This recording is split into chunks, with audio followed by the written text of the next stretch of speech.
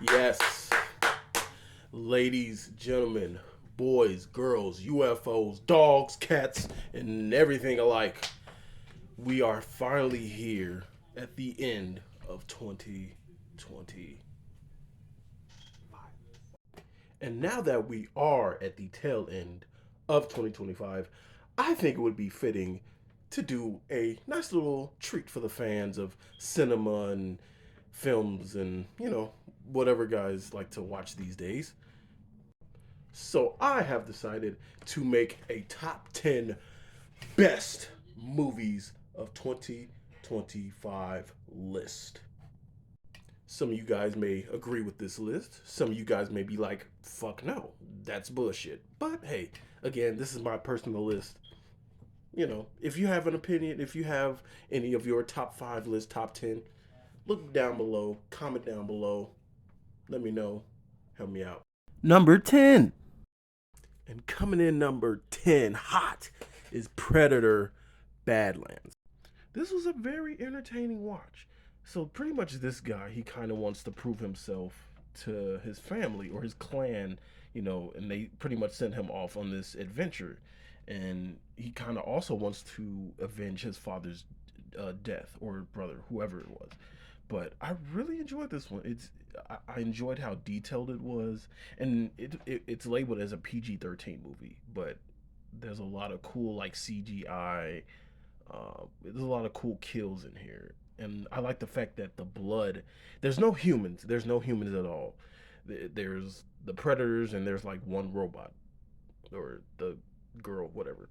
But yeah, like the whole time, like when they are killing people or when they are like doing like these violent scenes, the blood is green.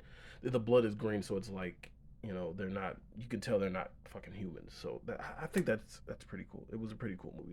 Number 9, and coming in at number 9 is Morty Supreme. This is one I kind of watched late in the year. It came out on Christmas Day, of course, but this is a pretty good watch. It's about a guy who kind of made ping pong famous in the U.S. In my opinion. That's kind of what I got out of it. He's a prick. He's an asshole. He wants to con his way into getting to the top. Well, he works hard. He works very hard, but there are times in the film where he kind of cons his way into getting what he wants, pretty much. But the thing is, I liked his character. He was determined to do whatever he had to do to make it to the top. Um, you know, like yeah, it was illegal. Some stuff was kind of illegal, but he was determined to prove people wrong, and you know, yeah, he was a con man and he was a hustler or whatnot, but he definitely wanted to become something bigger. He wanted to make ping pong a big thing, and this kind of put the movie in the forefront, which I thought was kind of cool as well. Now, don't get me wrong, I my whole thing with this film, I love the fact that Timothy Chalamet has been like doing promotional like tours. He just did something with Drewski, the Could Have Been Records thing, and then he did something with Cody Rhodes. He did like an interview with him, which I thought was pretty cool. Since I'm a wrestling fan, I thought that was pretty dope. Number 8. Man, I couldn't wait to talk about this one right here. Sisu Road to Revenge. Lordy Lord, this went under people's radar, and I just never understood. When I tell y'all, this man was not playing in this movie. He was not fucking around. This movie is basically John Wick meets Mad Max. Nothing but pure carnage and chaos. From start to finish, nothing but kills and thrills the whole film, and I loved it. I loved every single second of it. But this man, he literally didn't say anything the whole movie. He didn't say shit the whole movie. It was all kills and thrills, and I loved it. I forgot how long the movie. It was like an hour and some change, but start to finish, just blood and carnage candy. Loved it. Number 7. At number 7, we have One Battle After Another. This one was pretty. This is a pretty big blockbuster film to me. You know, it had a lot of notable names in here, a lot of notable names.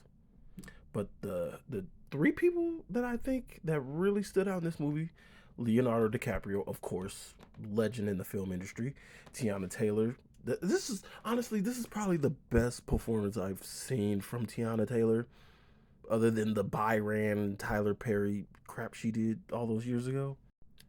And you know who was a sick fuck in this movie? Who I absolutely adored in this film? This man, Sean Penn. Sean Penn was a sick fuck in this movie. Give this man some Oscar nominations. Give him some. What are the other Emmys? Number 6, coming in at number 6 like Drake. Together. This was a pretty fucked up movie. And the chemistry between the two are really good because I guess, you know, they're married in real life. But this was a pretty good watch as well. Um yeah, a lot of fucking body horror, a lot of weird shit going on. I couldn't really point out there was like a message in the film, but at the same time it kind of was because this guy, Dave Franco or whatever, his character was a musician, and the other woman, her character was a teacher. So in a way, he was kind of acting like an asshole to her, kind of the whole movie. There were times where he would apologize, whatever, blah blah blah, but for the most part, yeah, this was a pretty creepy watch. I The only thing I didn't like about this movie was the very end. The very end kind of left me unsatisfied. Number 5. Top 5, top 5, top 5. Okay. The Long Walk. This movie is a very impactful and emotional watch. Simply because of the characters, and you want to root for all the characters, right? So this is pretty much about a group of boys who go on this contest or whatever, military whatever. So they basically have to walk the entire time in the whole film. If you stop walking, if you basically stop walking, you're going to die or get shot, whatever. So throughout the film you start to build this bond with the characters because, you like I said before, you don't want to see any of these characters die off because they start to build a bond with each other. They start to build a brotherhood. And from an emotional side and a storyline side, this movie really hits. Number 4, coming in at the 4 for 4, we got The Roof Man. Now, this one I was really excited for because it's based on a true story. And based on a true story films, I tend to be more attentive to because it's like, wow, like this shit actually happened. So basically, it's about this guy. He robs like 45 different McDonald's or something like that just by climbing the top of the roof of the McDonald's, and he would like climb through there. But the thing is, he was like a really nice criminal. He was super nice to everyone. Like he didn't want to kill anybody. He didn't want anything bad to happen to anyone. He was super positive and super nice, which made the movie a lot more it made you want to root for the guy. He was a criminal, but you made you want to root for him. So then he winds up going to prison for all his crimes and whatnot, but he winds up escaping from prison. He goes under like this truck or whatever. I guess he's helping one of the prison workers or something like that. He goes under this truck and like he goes on the run. I forgot for how long.